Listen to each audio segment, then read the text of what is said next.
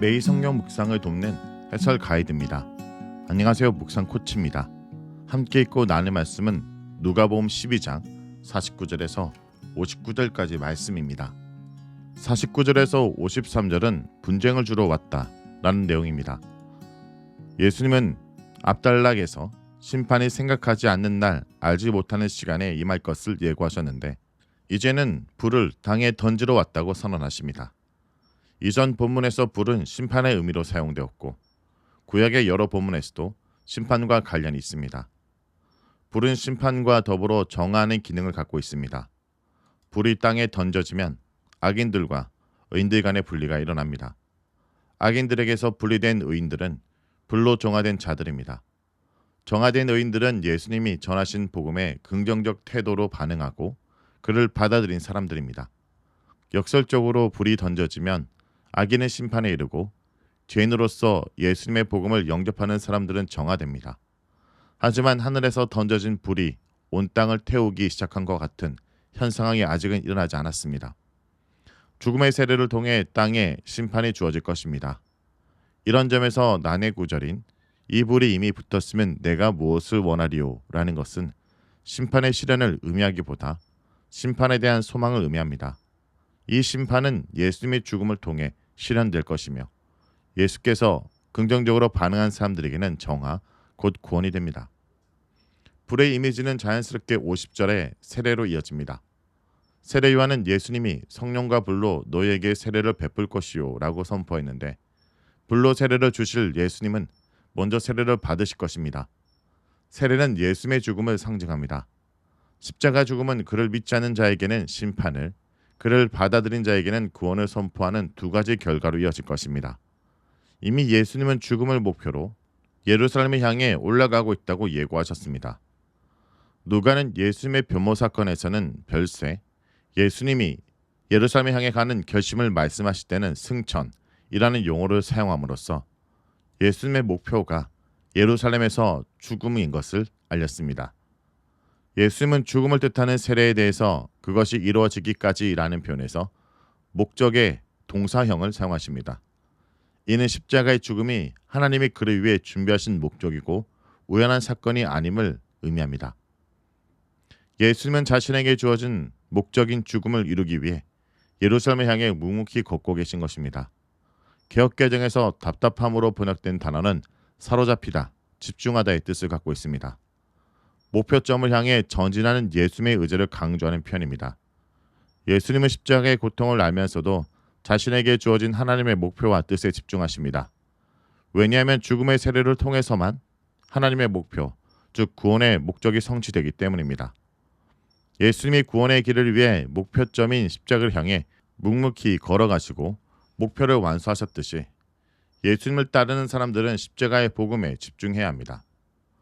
51절에서 53절은 분리를 일으키러 왔다 라고 말합니다. 51절에서 53절은 예수님이 가지고 오신 하나님 나라 복음에 대한 태도에 따라 분리가 일어날 것을 설명합니다. 예수님은 세상의 평화가 아니라 분리를 위해 왔다라고 말씀하십니다. 분리는 예수님을 믿는 자들과 거부하는 자들의 분리를 말합니다. 믿는 자들은 구원의 선물을 받고 믿지 않는 자들은 심판을 받습니다. 이미 시몬은 마리아에게 아들 예수님의 사역으로 이스라엘의 분리가 일어날 것을 예고했습니다. 보라 이는 이스라엘 중에 많은 사람을 폐하거나 흥하게 하며 비방을 받는 표적이 되기 위하여 세움을 받았고 시몬 자신은 주의 구원을 보았고 예수님은 이방을 비추는 빛이요 주의 백성 이스라엘의 영광이라고 말했지만 예수님을 배척하는 사람들과 자신처럼 구원의 빛을 보게 되는 사람들로 나뉠 것을 예언했습니다. 예수님의 복음에 대한 태도에 따라 심지어 가족도 분리될 것입니다. 가족은 가장 끈끈한 결속력과 친밀함을 유지하는 공동체입니다. 가족도 예수님에 대한 태도에 따라 양쪽으로 갈라집니다. 예수님은 자신이 가지고 온 하나님 나라에 대한 관점 때문에 생기는 분리를 가장 기본적인 숫자인 5과 셋으로 강조하십니다. 예수님은 3명과 2명, 2명과 3명이 맞서는 장면을 예로 드십니다. 5손가락처럼 5명의 가족 구성원은 교속력을 돋보이게 만드는 숫자입니다. 또한 결혼한 자녀를 포함하는 가족의 경우에는 부자, 모자, 고부가 예수님 때문에 갈등하게 됩니다. 이처럼 아무리 결속력이 굳건하더라도 예수님에 대한 태도가 같을 수 없어 갈등이 생깁니다. 분리가 일어나는 시간과 관련해서 52절은 이제부터를 사용합니다. 누가복음에서 이제부터는 가까운 미래를 포함하고 세례가 죽음을 의미하는 점을 고려한다면 그리스도의 부활과 승천 이후에 본격적인 분리가 땅에 일어날 것입니다. 물론 예수님의 사역 기간에도 분리는 이미 시작되었습니다. 당연히 예수님의 복음이 분열을 조장하거나 분쟁을 촉구하진 않습니다. 예수님은 평화를 위해 오셨고 제자들의 주된 사명도 평화를 전하는 것입니다. 그럼에도 평화의 복음을 받아들이는 사람들에게만 예수님의 평화가 임합니다.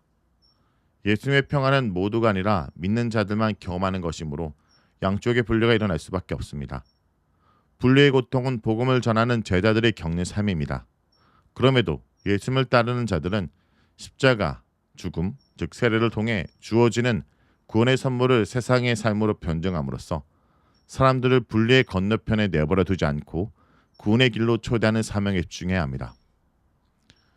52절에서 59절은 시대를 분별하라 라는 내용입니다. 사람들은 거주하는 지역에서 발생하는 기상 현상에 대한 상식을 알고 있습니다. 파리산에서 서풍은 지중해 지역에서 습기를 싣고 오기 때문에 사람들은 구름이 서쪽에 몰려오면 폭풍우나 소나기가 내릴 것을 예상할 수 있습니다. 남풍이 불어오면 남쪽에 위치한 네게브 사막에서 발생한 뜨거운 열기로 고생할 것을 예상합니다. 이처럼 팔레스타인에서 사는 사람이라면 전문가의 도움을 받지 않더라도 기상을 예측할 수 있습니다. 그러나 사람들은 하나님 나라가 예수님의 활동을 통해 나타나는 것을 해석하지 못합니다. 무리가 해석하지 못하는 원인은 예수님이 위선자들로 칭하는 부분에 암시됩니다. 기본적으로 위선은 불일치 또는 부조화를 의미하는 점에서 두 가지 해석이 가능합니다. 첫째, 무리는 날씨처럼 예수님의 행위와 말씀으로 임한 나라를 쉽게 분별할 수 있는데도 의도적으로 받아들이지 않습니다.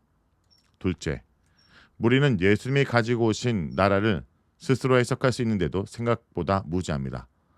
어느 경우든지 간에 심판의 책임은 하나님 나라 도래를 분간하지 못하는 사람들에게 있습니다. 예수님은 어찌하여 옳은 것을 스스로 판단하지 아니하느냐라며 결단을 촉구하십니다.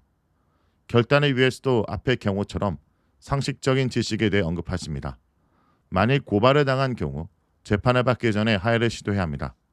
하해하지 못한 소송에서 지게 되면 한 푼도 남김없이 다 갚기 전에는 옥에서 나올 수 없습니다. 소송에서 패할 것이 예견될 때 먼저 하해를 시도해야 하는 것은 전문가의 도움을 받지 않아도 판단할 수 있는 상식입니다. 하나님은 마지막 심판을 집행하실 재판관이시기에 무리는 형벌에 처해지기 전에 하나님과 하해하는 길을 선택해야 합니다. 지금 하나님과의 하해를 거부하면 영원히 하해할 기회를 얻지 못할 것입니다. 예수님이 던지신 불은 세상을 변화시키는 불이며 우리의 신앙을 새롭게 하는 불입니다. 이 불은 때로는 갈등을 가져오지만 결국은 우리를 하나님의 뜻대로 인도하는 불입니다. 우리는 이 불을 받아들이고 예수님의 길을 따르는 제자로 살아가야 합니다. 말씀을 놓고 기도하겠습니다. 하나님 아버지, 오늘 예수님께서 던지러 오신 불의 의미를 깨닫게 하심을 감사드립니다. 우리의 신앙이 식어버리지 않도록 우리의 마음에 성령의 불을 부어주시고 복음의 능력으로 세상을 변화시키는 삶을 살아가게 해 주옵소서. 주님을 따르는 길이 쉽지 않지만 주님의 십자가를 바라보며 끝까지 순종하는 우리가 되게 해 주옵소서. 예수님의 이름으로 기도합니다. 아멘.